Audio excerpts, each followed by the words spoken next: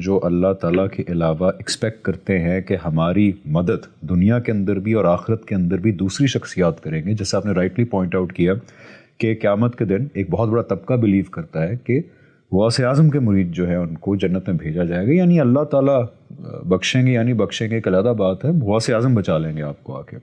اس طرح دنیا کے اندر بھی اگر میں یہ تصور کرتا ہوں کہ اللہ تعالیٰ تو بہت سپیریئر ہے، وہ میری بات سن نہیں رہے، غوث اعظم جو ہیں وہ میری بات اللہ سے منوا کے میرا کام کروا دیتے ہیں، تو مجھے حسن بھائی یہ بتائیں کہ پھر میری جو محبت ہے، میری لائلٹی جو ہے، ایک تو دیکھیں نا قرآن اس کے خلاف بول رہا ہے، اس کو ذرا ہم سائڈ پہ کر دیتے۔ اگر میں یہ مان لوں کہ اللہ تعالیٰ تو اپروچ سے باہر ہیں، غوث اعظم میری دعا منوا رہے ہیں، تو میری محبت اور لائلٹیز کا مرکز تو پھر غوث اعظم بنیں گے، اللہ تعالیٰ تو نہیں بنیں گے۔ دیکھیں نا اللہ تعالیٰ نے تو میری بات سنی نہیں۔ میں مثال کے طور پہ بتاتا ہوں کہ اگر ایک پرائم منسٹر ہے اور اس کا آگے MNA ہے، میں پرائم منسٹر کو بار بار درخواستیں لکھتا ہوں میرا یہ کام کروا دیں، پرائم منسٹر تو میرا کام کرواتا نہیں، تو پھر میں MNA صاحب کے پاس جاتا ہوں کہ MNA صاحب آپ PM صاحب سے میرا کام کرا دیں، میں بڑی مشکل کے اندر ہوں۔ وہ MNA جب PM سے میرا کام کرائے گا تو میری محبت کس کی طرف ہوگی؟ MNA صاحب کی طرف ہوگی۔ PM نے تو میری بات نہیں سنی۔ تو پھر وہ جو بنیادی مقصد تھا دین کا کہ ہمارا اللہ تعالیٰ کے ساتھ رشتہ بنانا تھا، وہ تو بات فیل ہو گئی۔ قیامت کے دن این ممکن نہیں ہے کہ آپ کو اللہ تعالیٰ پہچاننے سے انکار کر دیں گے کہ آپ کا میرے سے رشتہ تو ڈیولپ ہی نہیں ہوا، آپ کا تو باقیوں کے ساتھ رشتہ ڈیولپ ہوا تھا۔ بالکل ایسے ہی ہے، بالکل ایسے ہی ہے۔ دیکھیں قیامت کے دن اللہ تعالیٰ نے بعض مستقبل کے جو مکالمے ہیں ان کو نقل کیا ہے اور کہا ہے کہ ان لوگوں کے جو دعوے تھے دنیا میں کہ فلاں ہمارا شفیع ہے، فلاں ہمارا حامی ہے، فلاں ہمارا ناصر ہے، ان سب کو میں کہوں گا کہ لاؤ اپنی ان شفاعت کرنے والوں کے بارے میں جن کے بارے میں تم دنیا میں دعوے کرتے تھے، ان کو لاؤ۔ تو آگے سے یہ کہیں گے اے کاش اگر ہم سنتے ہوتے اور غور کرتے ہوتے تو آج اس جہنم کی آگ کا مزہ نہ چکھ رہے ہوتے۔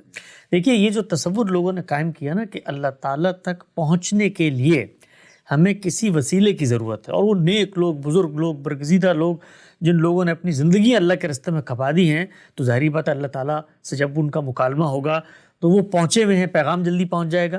یہ پورا کا پورا جو کانسیپٹ ہے ذرا 2 منٹ کے لیے رک کے اس کو ڈائسیکٹ کرتے ہیں۔ ایک پرائم منسٹر دنیا میں موجود ہے، پرائم منسٹر نے کچھ قاعدے اور ضابطے بنا دیے ہیں کہ بھئی میں اپنے معاملات کو اس طریقے سے لے کے چلوں گا، ایک دستور ہے، ایک آئین ہے۔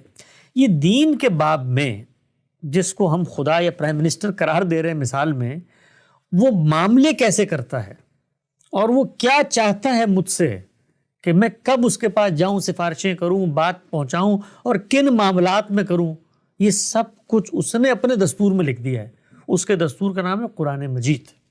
وہ جو قرآن مجید ہے وہ یہ کہتا ہے کہ خدا نے جب تمہیں پیدا کر دیا تو پیدا کرنے کے بعد تمہارا ارادہ ہے، تمہارا اختیار ہے، تمہارا شعور ہے، لِيَبْلُوَكُمْ فِيمَا آتَاكُمْ، میں تمہیں اس چیز میں آزماؤں گا جو تمہارے پاس ہے۔ اچھا جو کچھ میرے پاس تھا اس کے بعد اس نے کہا کہ میں کون ہوں، مجھ سے کیا تمہارے تقاضے پیدا ہوتے ہیں، یہ سب میں نے اپنی کتاب میں بتا دیے۔ میری ذات کا شعور تم حاصل ہی نہیں کر سکتے۔ لَيْسَ كَمِثْلِهِ شَيْءٌ، ہمیشہ انسان مثالوں سے چیزوں کو سمجھتا ہے۔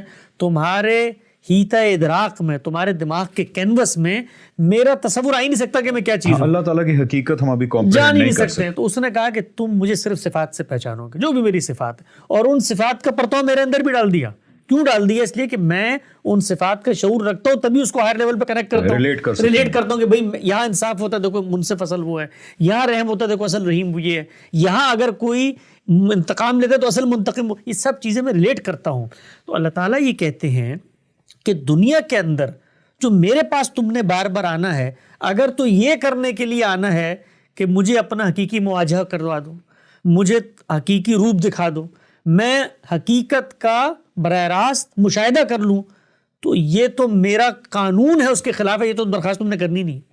تو اگر میں کسی پیر کے پاس، کسی ولی کے پاس یہ درخواست لے کے جاتا ہوں کہ مجھے اللہ کے قریب کر دے، یا میں اللہ کے قریب ہو کے اس کی حقیقت کو جان لوں، تو قرآن مجید کہتا ہے کہ یہ وہ لوگ کرتے ہیں کہ جن کے دل میں ٹیڑھ ہوتی ہے، کجی ہوتی ہے، زیغ ہوتی ہے۔ جو راسخون فی العلم ہوتے ہیں وہ تو کبھی یہ درخواست کرنے کے بارے میں بھی نہیں سوچتے۔ اس رستے پہ جانا اصل میں گمراہی اور ضلالت ہے۔ یہ ہو گئی پہلی بات۔ دوسری بات یہ ہے، یعنی کہ میں اگر صحیح سمجھ پایا ہوں تو جی آپ یہ جو پیروں کے پاس جاتے ہیں، مجھے فرشتے دکھا دیں، اللہ کی حقیقت بتا دیں، مجھے روح کی حقیقت بتا دیں، مجھے اس عالم الغیب کی حقیقت ابھی سے بتا دیں، دکھا دیں، قرآن میں آتا ہے کہ یہ جو لوگ کرتے ہیں یہ ان کے دل میں ٹیڑھ ہے اور یہ غلط رویہ ہے, یہ دنیا کے اندر نہیں کرنا چاہیے. یہ ہو ہی نہیں سکتا. جس شخص نے یہ رویہ اپنایا اللہ تعالیٰ کہتے ہیں کہ پھر شیطان اس کو بہکانا شروع کر دیتا ہے. اب دیکھیے قرآن مجید کے اندر اس لیے ایسے لوگوں کو سوری ایکسپیرینسز پر ہونا شروع ہو جاتے ہیں. وہ پھر جو شخصیات جو فوت ہو گئی ہیں ان کی روحیں دیکھنا شروع ہو جاتے ہیں, فرشتوں کے نظارے ہونا شروع ہو جاتے ہیں, ان کو پھر اللہ تعالیٰ بھی نظر آنا شروع ہو جاتے ہیں ایسے لوگ. بالکل. آپ دیکھیں قرآن مجید میں جس وقت پیغمبر صلی اللہ علیہ وسلم کے اوپر کفار نے, مشرکین مکہ نے بہتان ترازی کی, الزامات لگائے کہ یہ تو کاہن ہیں, ان کے پاس کوئی ایک جن ہے, ان کے پاس کوئی ایسا جادو ہے, سحر ہے جس کے ذریعے سے یہ باتیں لے کر اچک کر آ جاتے ہیں. تو قرآن مجید نے کہا کہ اس شخص کو جس نے تمہارے اندر اتنی عمر گزاری ہے کبھی غیب پر حریص پایا کہ شیطان اس کو آ کر القاء کر دے. تو دو باتیں بتائیں.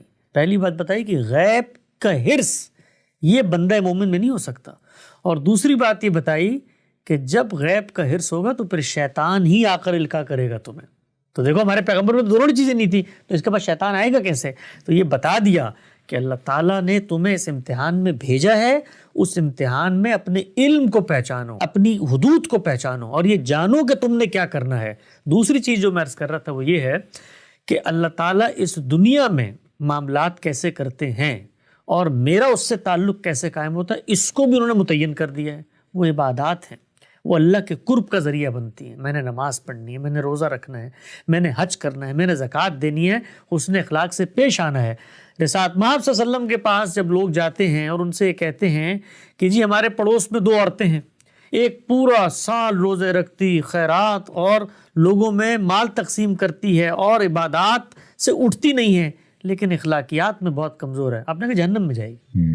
اور آ کر بتاتے ہیں کہ جی ایک عورت ہے, نماز بھی پڑھ لیتی ہے, کچھ تھوڑا بہت پنیر بھی لوگوں کو کھلا پلا دیتی ہے, لیکن اخلاقیات میں بہت اعلیٰ ہے. انہوں نے کہا جنت میں جائے گی. اللہ کے قرب کا حصول اس کے سب طریقے اللہ نے بتا دیے. تو مجھے غوث قطب ابدال کے پاس یا مجھے پیر یا کسی مربی کے پاس جا کر کرنا کیا ہے؟ اس کے بعد آخری بات اس باب میں یہ ہے کہ جس کے پاس میں جا رہا ہوں یہ حاضری کے پروٹوکول اس نے طے کرنے یا میں نے طے کرنے؟ اگر یہ اس نے طے کرنے ہیں تو اس کو بتانا چاہیے نا کہ نکلو میری کائنات میں. وہ تو کہتے ہیں کل سیروا فی الارض کیف کان عاقبۃ للمکذبین, جاؤ کائنات میں دیکھو میرا انکار کرنے والوں کا کیا انجام ہوا. اس کو تو مجھے کہنا چاہیے جاؤ کائنات میں دیکھو اور میرے چھپے ہوئے غوث قطب ابدالوں کو ڈھونڈو.